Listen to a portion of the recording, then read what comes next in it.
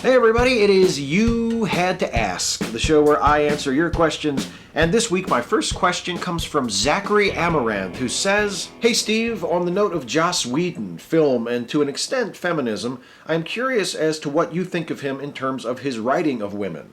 Not to harp too much, but I've personally always been amazed that he has a reputation for writing strong or feminist women. And if you disagree, can we resolve our differences in true comic book fashion through an epic brawl which ends where we are forced to face a common foe? Whedon's feminism is always an interesting topic of discussion. In fact, it's something that my wife and I argue about from time to time. I tend to be in the pro-Whedon camp in terms of his value or his status as a feminist writer, and Ashley tends to be more in the anti-Whedon camp. She's much less willing or much more reluctant to give him a lot of credit for being a feminist writer.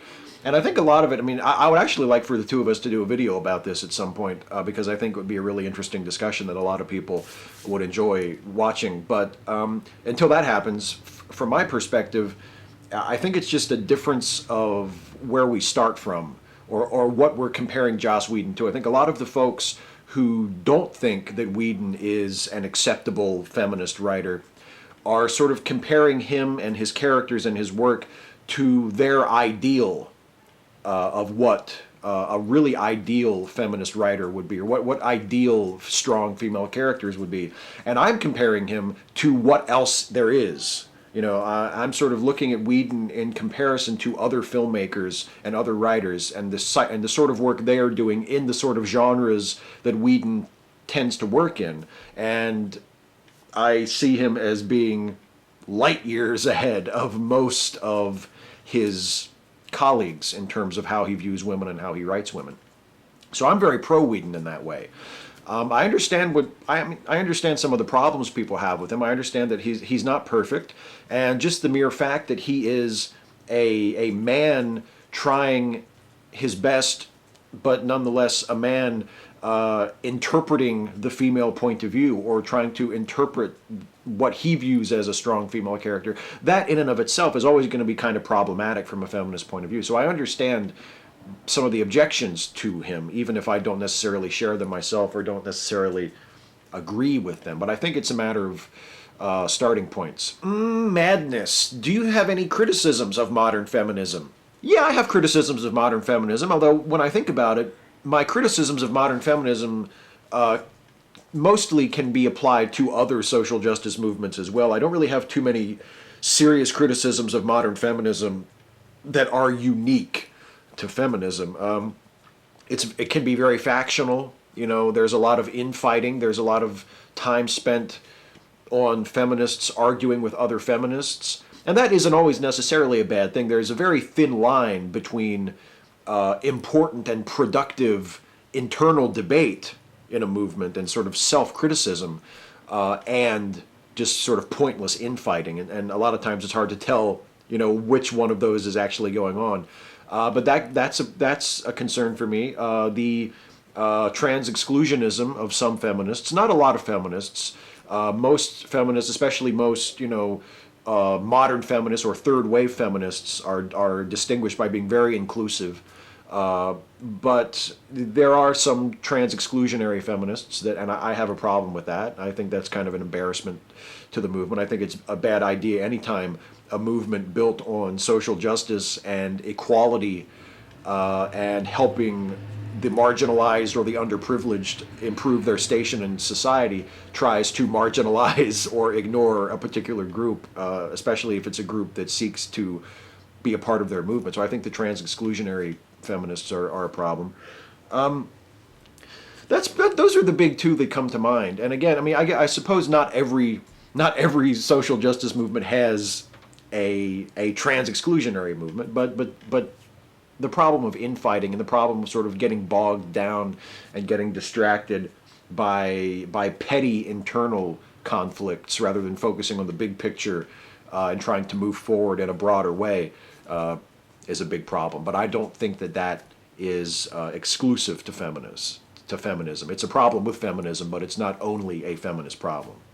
Captain Meekle. Hey, Steve, do you think there is any real difference between people who identify as atheists and those who identify as humanists, like myself? It's hard to speak about it in that sort of a general way because I'm not sure.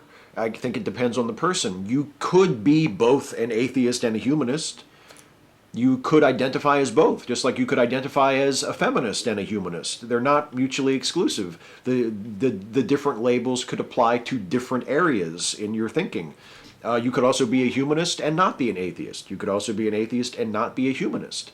Some people feel, perhaps as you do, that even though they might technically qualify as atheists, their beliefs might be atheistic regarding the existence of gods, they would rather call themselves a humanist and not call themselves an atheist because they're more interested in the broader picture. They're more interested in humanism as a philosophy and humanism as a way of life, and they see maybe that atheism is something that to them is very narrow, very narrowly focused, and they want to be a broader focus.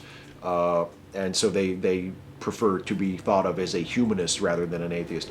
And I guess in that sense, there's not a real difference in terms of belief.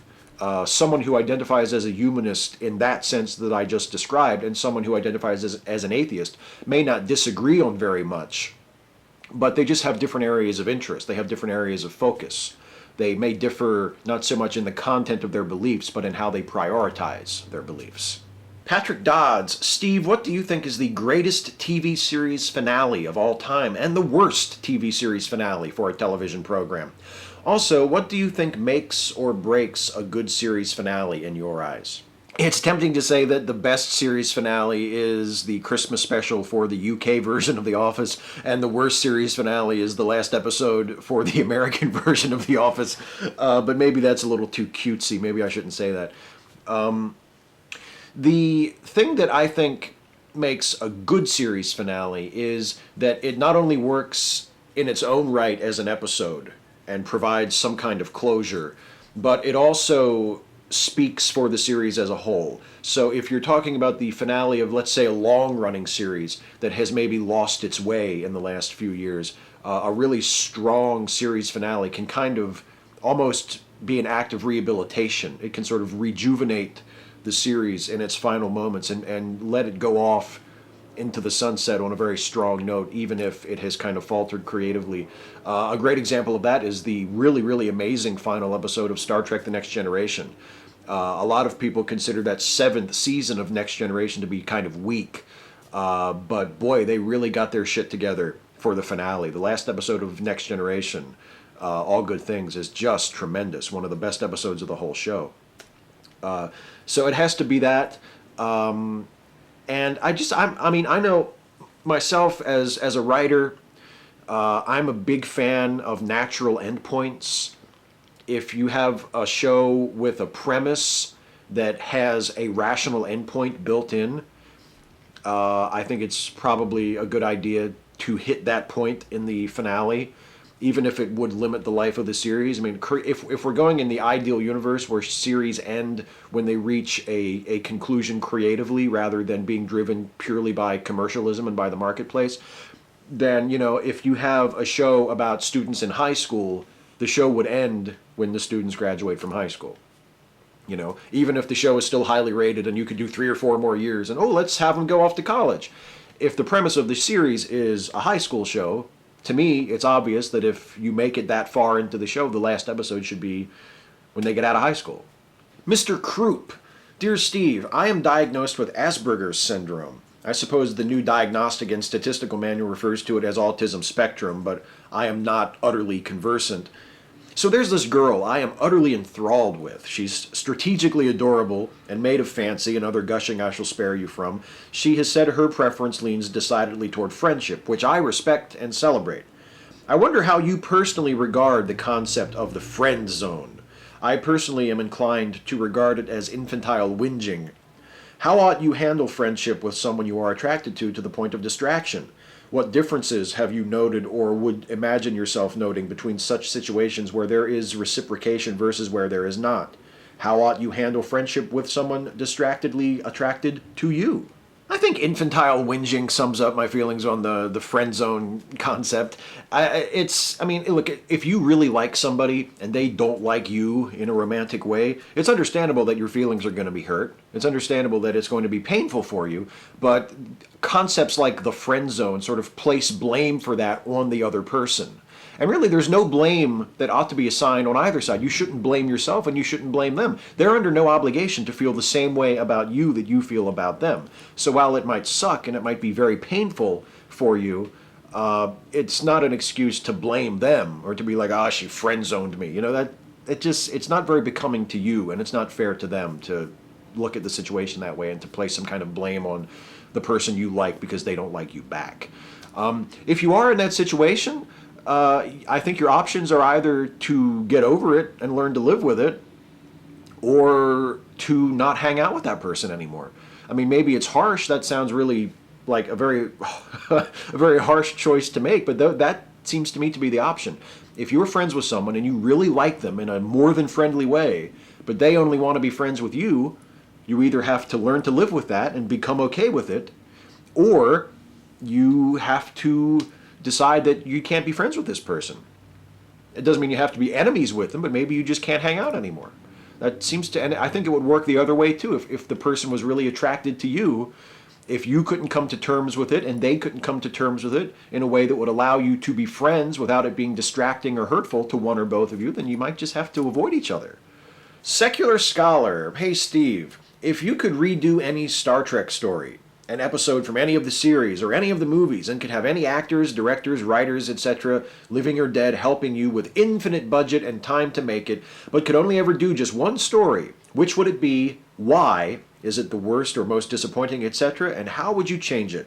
Well, speaking of underwhelming series finales, and also speaking of Star Trek, I would want to redo the last episode of Deep Space Nine. I think Deep Space Nine is my favorite Star Trek show, and I would love to do a proper series finale for that show, because I think the series finale that Deep Space Nine got was terrible. It's one of the worst episodes of the whole show for me. It's just a really underwhelming, unsatisfying conclusion to that show. Obviously, I would keep the cast all the same. I mean, I wouldn't recast it or anything. But what I would love to do for it, if I could go back in time and redo it, is I would resolve the Dominion War storyline in the next to last episode and have that all completely done with.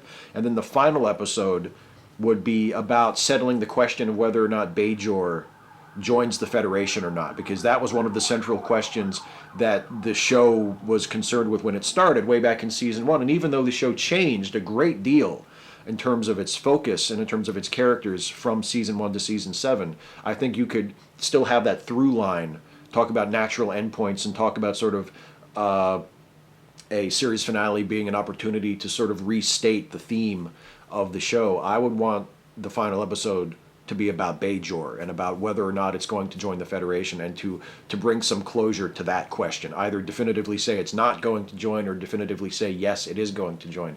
And then use that to sort of bring Captain Sisko's circle as the emissary to the prophets closed. Use that instead of the war. The war, to me, was not a terribly interesting story, even though it brought about some really great episodes.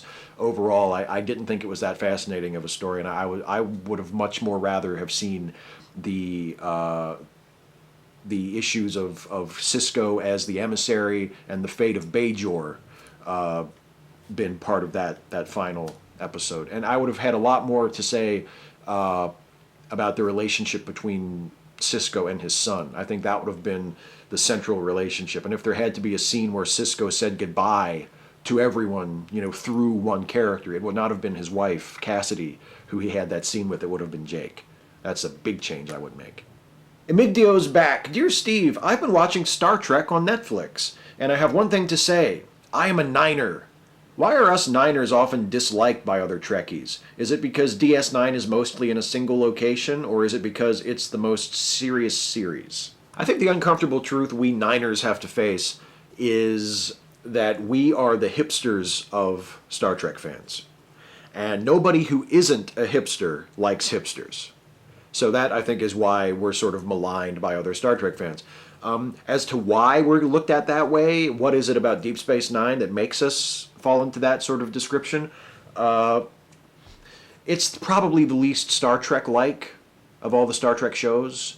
It is not primarily set aboard a starship. It's not primarily about exploration and adventure. It's more about politics and psychology, at least in the early seasons. In the later seasons, it's kind of just about war. It's the least Trek-like of the Star Trek shows, and it's kind of a problematic middle child in the franchise because it's not as universally hated and maligned and scorned as Enterprise or Voyager, but at the same time it doesn't have that sort of universal love that the original series or Next Generation has. So it's kind of stuck in the middle, and those of us who really identify very strongly with it find ourselves stuck in the middle as well. So I think that's probably the main reason, is that we're the hipsters of Star Trek fans. Bill F. 1967. Hi, Steve. A frequent topic of conversation within my circle of friends is which is the greater movie sin?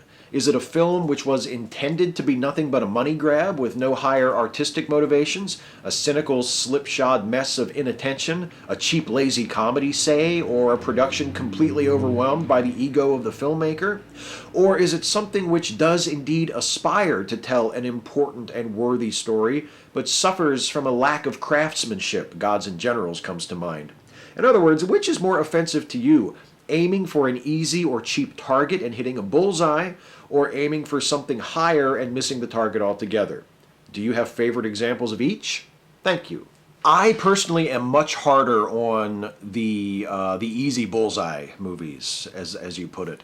I think the best example of that sort of thing is maybe like a big budget Michael Bay movie like Armageddon.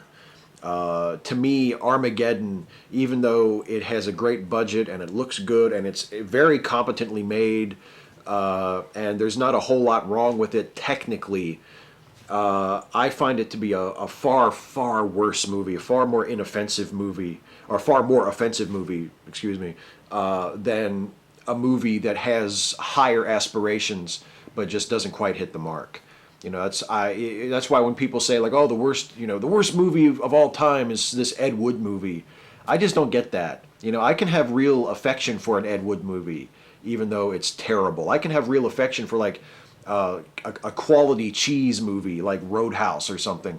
I don't really have affection for movies like Armageddon. They feel very sterile and cold and cynical and calculated to me.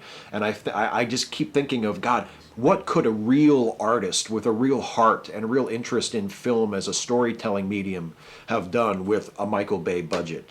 You know, those are the thoughts that I always have. So I am much harder as an audience member and as a critic on the big budget commercial movies that aren't interested in saying anything or being about anything other than what is happening on the screen. I will take a noble failure, as I call them, or an interesting failure, far more seriously and be far more likely to find something to appreciate about it than one of those big budget movies.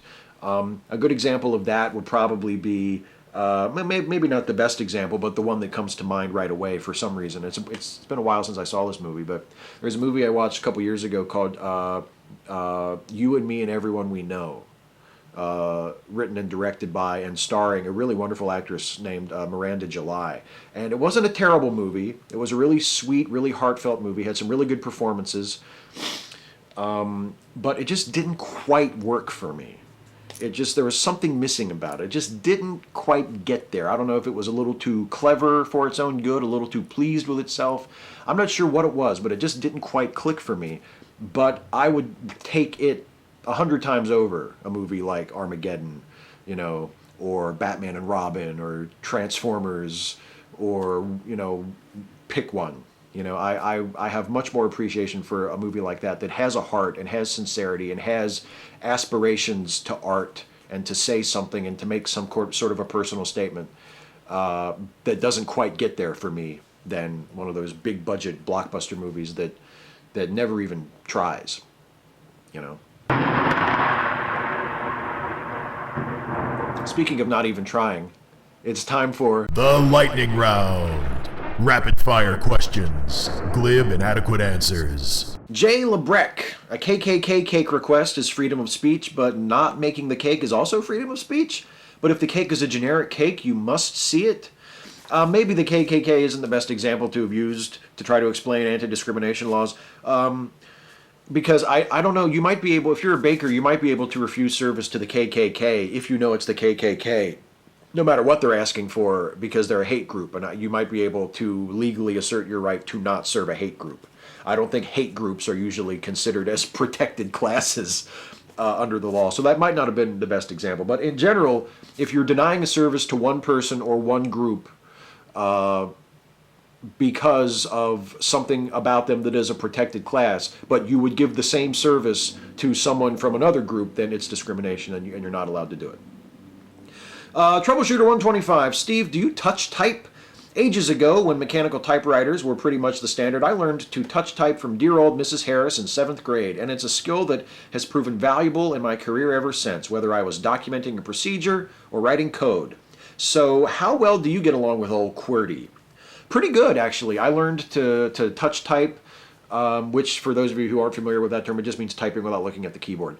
I learned to do that in high school, and I got pretty good at it, and it's been a while since I timed myself, but I'm usually in the 85 to 90 words a minute range. So I'm pretty decent at it, and yeah, it's a very valuable skill for me. I still do it. I still write that way today. Devin Young. Hey Steve, are there any apologetics books you can recommend that aren't completely terrible?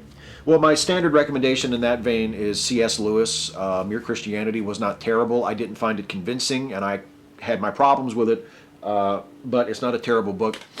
I have not read any myself, although it's on my to-read list, but a lot of people have recommended to me to check out G.K. Chesterton. And the two titles that I hear most often are Orthodoxy and The Everlasting Man. So I can't vouch for them personally because I haven't read them, but I've had it suggested to me enough times that I feel like I can pass it on to you. G.K. Chesterton. William Wright, are you a fan of, or would you recommend any of the, for lack of a better term, mainstream YouTubers? Yeah, I really like Hannah Hart, the woman who does My Drunk Kitchen. I think that's hilarious. I like a lot of the movie-related ones like CinemaSins and Honest Trailers and Red Letter Media. So those are some. Lacey Green. Lacey Green is great. Richard J. Finally, I have a question for you. Do you watch movies more than once, and or do you have a limit how many times you would watch a really good one? No limit. Some of my favorite movies are movies I've seen dozens and dozens and dozens of times. My really, truly favorite movies like Sherlock Jr., or Superman Returns, something like I've watched those movies so many times. And actually movies that I don't really like, but I'm fascinated by for one reason or another, I've watched a lot of times. So no, there's no limit on how many times I'm willing to watch a movie. Ira Moser, do you have a dog? I'm a cat person myself. No, I don't have a dog right now. I had a dog when I was younger, who I loved very much. Her name was Star. I've mentioned her in videos a few times. If we had a bigger place right now, I would probably have a dog now, because I love dogs. I would love to have one again. But right now I just have a kitty, and I'm happy with that. She's a great kitty. I'm kind of a cat person too.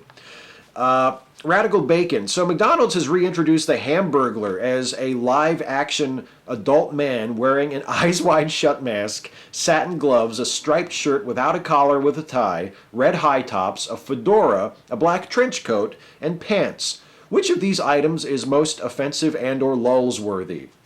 I guess of those items, probably the fedora, just because I've developed this sort of allergy to fedoras. Maybe that's what this is. Maybe there's someone wearing a fedora nearby and it's causing me to have a drippy nose.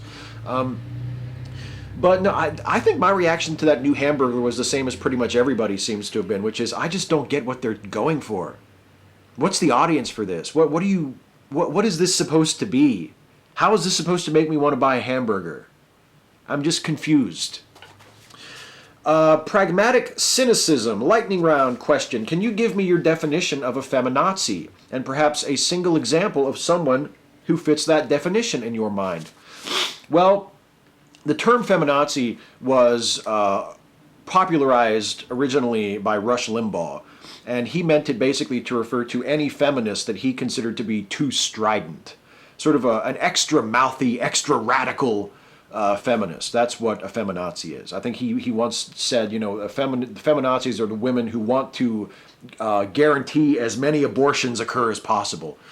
And under that definition, I can't think of anybody who fits that bill, nor would I really want to try, because even though that technically is the definition that Rush used when he originated the term or popularized the term, I don't recognize it as a valid concept, and I don't really think about who is a feminazi and who isn't. I think it's a bullshit, anti-feminist, misogynist concept, so I don't use it. Vendetta the Great. Hey Steve, are you particularly politically inclined? I sent you a message on this earlier, and thankfully you replied. I understand you are very liberal-minded, as is common in your region. What I mean to ask is, are you strongly political? If I had contrasting government views to yours, could we still get along? Yeah, sure, of course. I mean, liberalism may be relatively common in my region of the country, but in my region of my state, it's actually very uncommon. The portion of Maryland I live in is very conservative. So most of the people that I know personally, or at least that I would encounter on a day-to-day basis, probably would disagree with me on government and things like that. So of course I get along with people of all kinds of ideologies and all kinds of philosophies of government. Because we disagree on politics doesn't mean we wouldn't get along. If I think you're an asshole, or a person who doesn't treat people right, or has a poor character, or is just a chore to be around, then we probably wouldn't get along. But just having a difference of opinion in political philosophy, no, that wouldn't be enough for us to not be friends. Think skeptically. Lightning round question. When you put your shoes on, do you ever notice how tall the Beaver Building is behind the Northern Aries?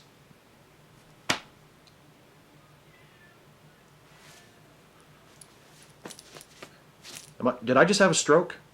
Well, lucky for me, even if I did have a stroke. That was the last question. That's the end of the lightning round. That's the end of the questions. Hey, how about a shout out? The shout out this week goes to Madness, Mayhem, and Charity 2015.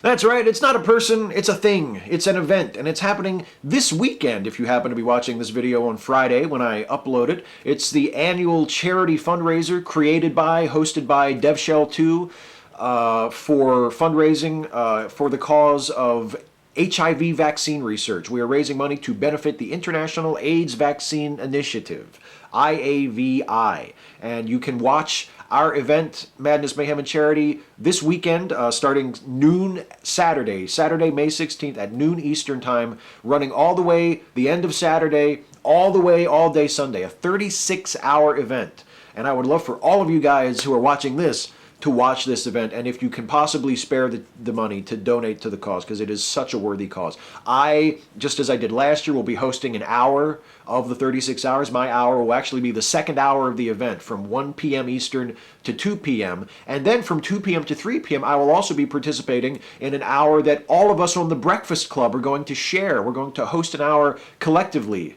and appear like in a group chat for the first time with all of us there at once. So that's going to be a lot of fun. And a bunch of other YouTubers are hosting it too throughout the 36 hours. A lot of people you know, maybe people you don't know. Matt Dillahunty's going to be hosting one, Zinnia Jones, Meridian Frost, Jason with a D, Dick Coughlin, Skeptic Fence Show, Science of Sarcasm, just a whole bunch of really great atheists, secularists hosting this event. So please watch if you can, and donate if you can, and spread the word. Let everybody know that this weekend is Madness, Mayhem, and Charity 2015, and you can watch it live, not on YouTube, but on Vaughn Live. You want to go to vaughnlive.tv/fighthiv. That's where you can watch this event, and that's also where you can get the links to go to the donate page to contribute to the cause. So please, please, please, I encourage you to watch, and I encourage you to donate. Well, that's the shout out. That's it for me this week, everybody. I'm going to go probably take a nap or go to bed or something.